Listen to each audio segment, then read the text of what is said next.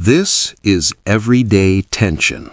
Real stories based on real experiences about everyday conflicts people rarely talk about. This story was shared anonymously. If you'd like, you can support the channel by liking or subscribing and let me know in the comments where you're listening from. Here's what happened. It was supposed to be our first real holiday as a married couple, in our own house. Brad and I bought the place in June, and by the time November rolled around, we were still figuring out where everything went. The living room had a couch and a TV stand, and that was about it. But I wanted to host. My family always did big Thanksgivings. Everyone crammed into my mom's kitchen, and I guess I wanted that feeling for us, to start our own thing. I told Brad about it over dinner one night, some pasta I'd thrown together. What if we had everyone here? I said. My parents, your mom, your sister. We could do it. He looked up from his plate, a little surprised. He's not a big planner. Here? You sure? That's a lot of work. I don't mind the work, I said. I really didn't. I pictured the table extended, all the leaves in, covered with a borrowed tablecloth. My mom's china, which she said I could use. The smell of turkey filling the house. It seemed good. It seemed normal. Brad shrugged. Okay, if you want to, I'll help. I'll make the mashed potatoes. You know I make good mashed potatoes. He does. He puts a ton of butter in them. So we decided. I called my parents, and they were excited. My mom offered to bring 3 pies. I called Brad's sister, Amy, and she said she and her husband would come. Then I called Karen, Brad's mom. The phone rang a few times. She always lets it ring. I think she looks at the caller ID and decides how to answer. When she picked up, her voice was bright. Morta, hello. We made small talk for a minute. How's the house? How's work? Then I said, so Brad and I were thinking of hosting Thanksgiving this year at our new place. We'd love to have you. There was a pause, not a long one, but I heard it. Hosting? She said. Whoa, isn't that ambitious? We're really excited, I said, trying to sound steady. I usually host, she said. Her tone was light, but the words weren't. It's my tradition. I've done it for 25 years, since Brad's father was alive. I knew that. Of course I knew that. We'd spent last Thanksgiving at her house, a perfectly fine, quiet meal, with her good silverware and the same green bean casserole she makes every year. It was fine, but it wasn't ours.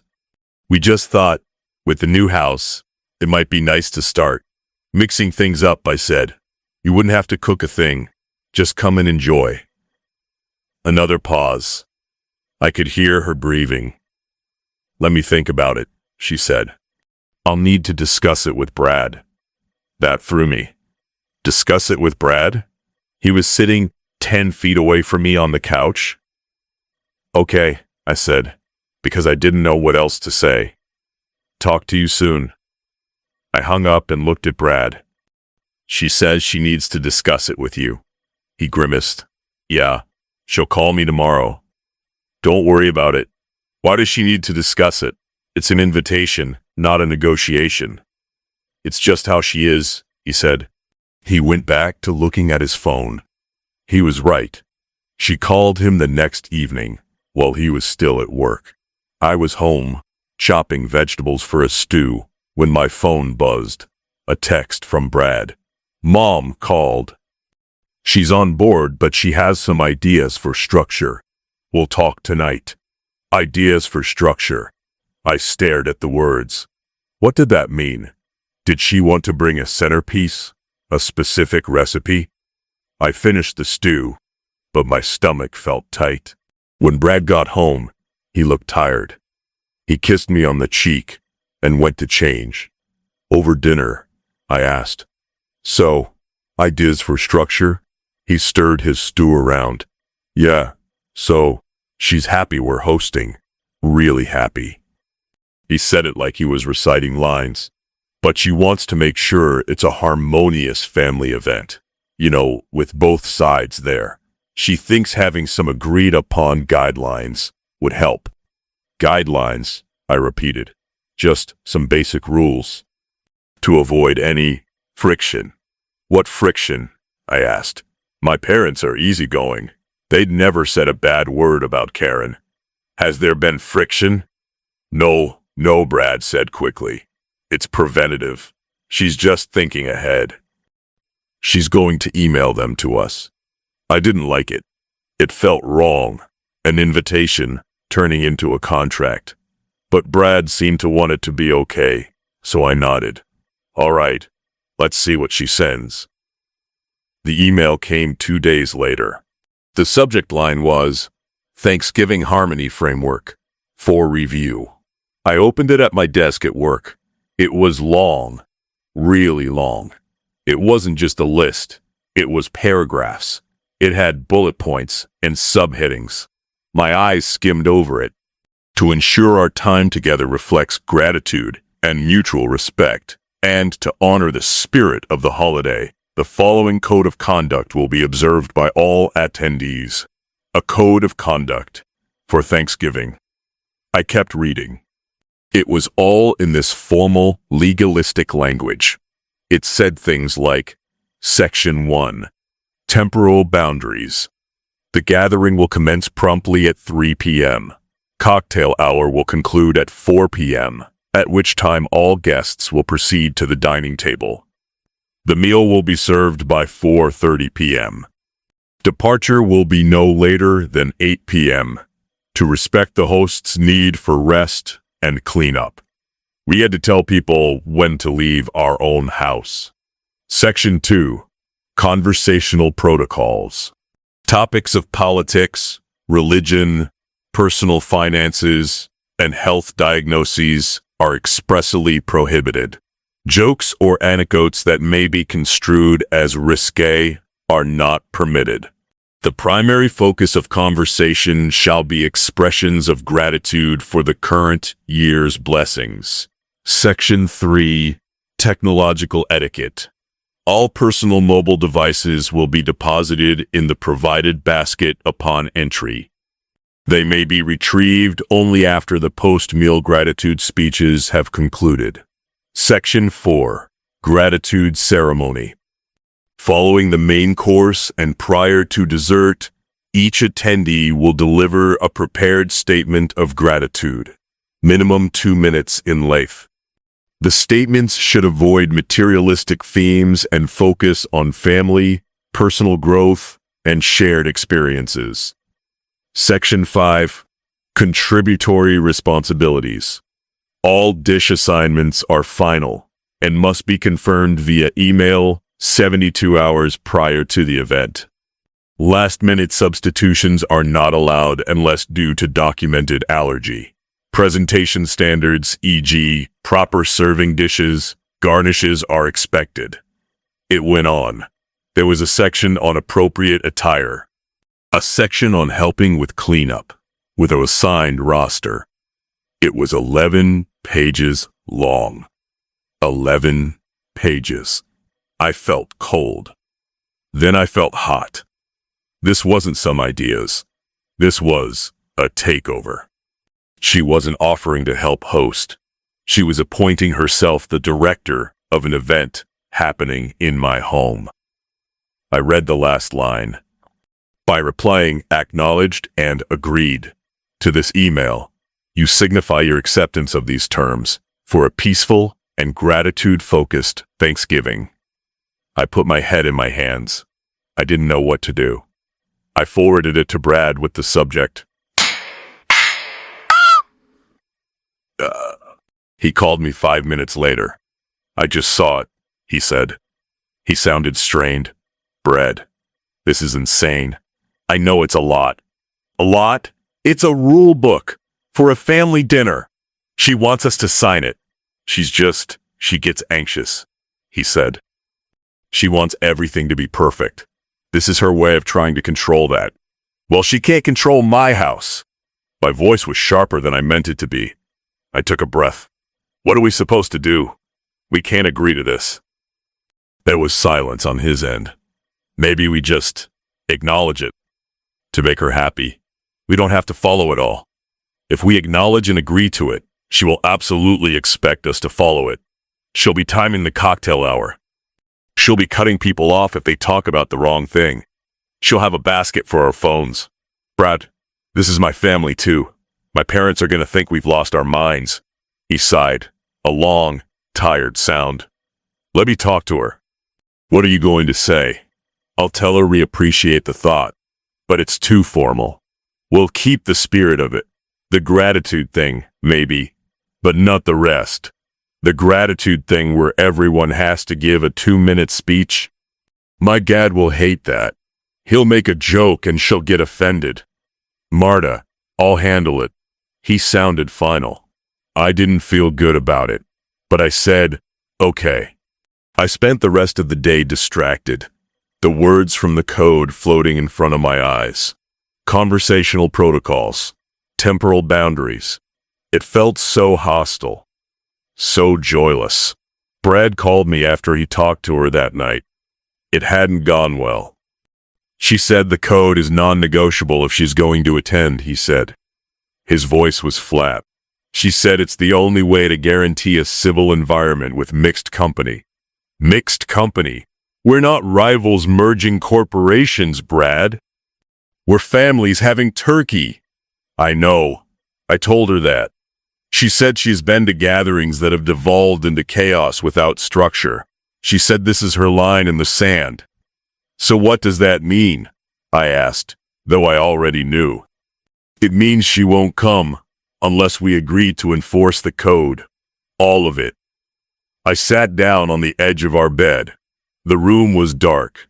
And you told her no, right? We're not doing that. He didn't answer right away. I told her we'd think about it. Brad, what do you want me to do, Marta? It's my mom. She's not going to budge. If we say no flat out, she won't come. She'll be alone on Thanksgiving. Or she'll go to Amy's, and then Amy will be mad at us for causing drama. We're not causing it. She is. I was crying now, which made me angrier. This is supposed to be our thing, in our home, and she's ruining it before it even happens. She's making it about her rules, her control. I don't want this. I don't want any of it. He was quiet for a long time. So what's the alternative? He asked quietly. The alternative. I hadn't let myself go there, but now I did. We call it off, I said. The words felt heavy and wrong, but also a little bit like relief. We tell everyone we're not hosting. We go to my parents instead. Or we stay here, just the two of us. And just uninvite everyone? My mom, your parents, Amy? We wouldn't be uninviting them. We'd be canceling the event. There's a difference. Not to them, there isn't. We went back and forth, in circles, for an hour. He was worried about fallout, about hurt feelings, about being the ones who canceled a family holiday. I was worried about spending the single most stressful day of my life policing my own family in my own dining room, according to my mother-in-law's deranged by laws. We didn't resolve anything. We went to sleep facing away from each other. The next week was awful. The email sat in my inbox like a bomb. Karen didn't call. She was waiting for our official acknowledged and agreed. Brad and I talked about it every night, getting nowhere. He'd start by saying we should maybe just do it to keep the peace, and I'd get so upset he'd back off. Then he'd say, fine, we cancel. But then he'd list all the problems that would cause, and I'd feel guilty. We were stuck. I finally called my mom. I needed to hear a same voice. I read her some of the code over the phone. She listened without interrupting. When I finished, she was silent for a moment.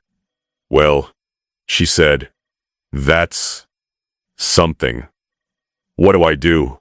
Honey, I don't know. It's your house. But your father would last about 10 minutes before you started teasing someone about politics. You know that. And the idea of him giving a 2-minute gratitude speech. She laughed, a short, dry sound. He'd write a poem about being thankful for football and scotch. I started crying again.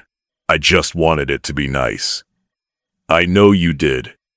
Listen, your father and I will support whatever you decide. If you host, we'll be there, and we'll be on our best behavior. If you cancel, we'll understand. We'll miss you, but we'll see you another time. Don't make yourself miserable over a turkey. Talking to her helped, but it didn't solve the core problem. Brad and I weren't on the same page. He was caught in the middle, and I resented him for not being firmly on my side. He resented me, I think, for putting him in this position. We were polite to each other, careful. It was worse than fighting. 10 days before Thanksgiving, I hit a wall. I was at the grocery store, looking at turkey prices, and I just started shaking. I had to leave my cart in the middle of the aisle and go sit in my car. I couldn't do it. I couldn't spend the next week and a half dreading this day. I couldn't spend the day itself watching the clock, shushing my dad, collecting phones. I drove home. Brad was in the garage, tinkering with something. I stood in the doorway. "We have to cancel," I said. My voice was surprisingly steady. He put down a wrench. Yeah, I can't. I'm sorry. I know it's messy. I know it will cause problems. But I literally cannot sign that thing or host under those rules. It feels so wrong. It makes my skin crawl. So, we have to cancel. He looked at me for a long time.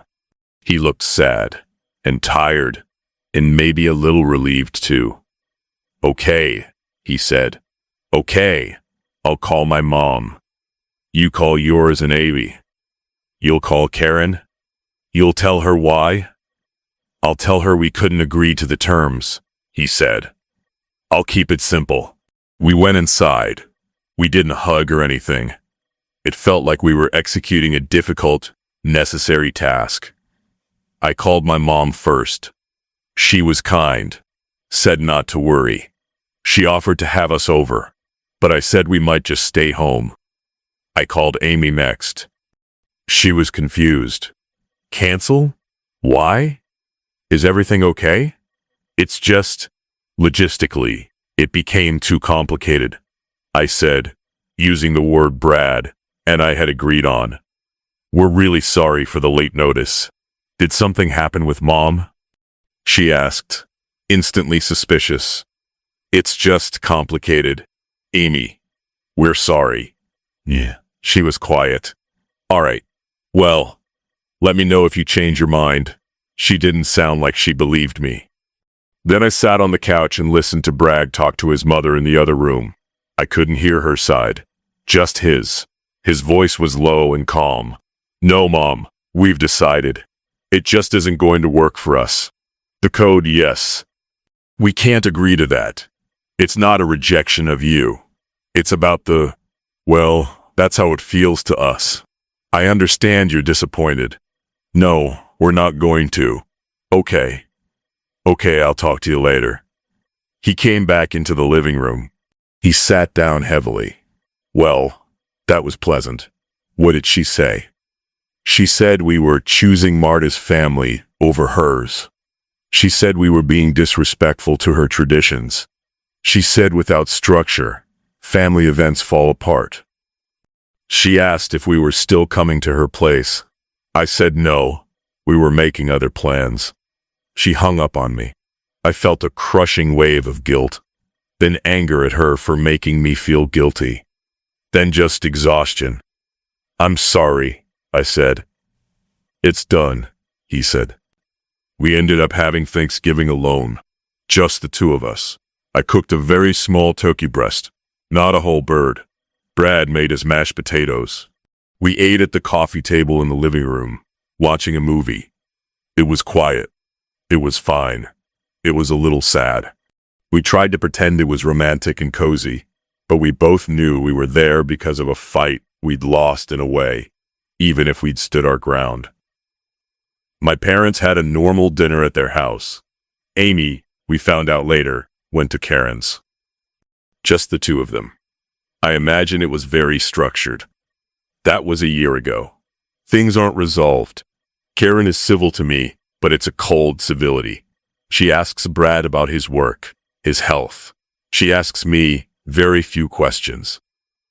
When we see her, the conversation is surface level and careful. There's a distance now that wasn't there before. A wariness. We haven't tried to host a major holiday since. We go to my parents for Christmas. We see Karen on Christmas Eve for a brief exchange of gifts. The time is strictly limited. It feels like a diplomatic visit. Brad doesn't talk about it much.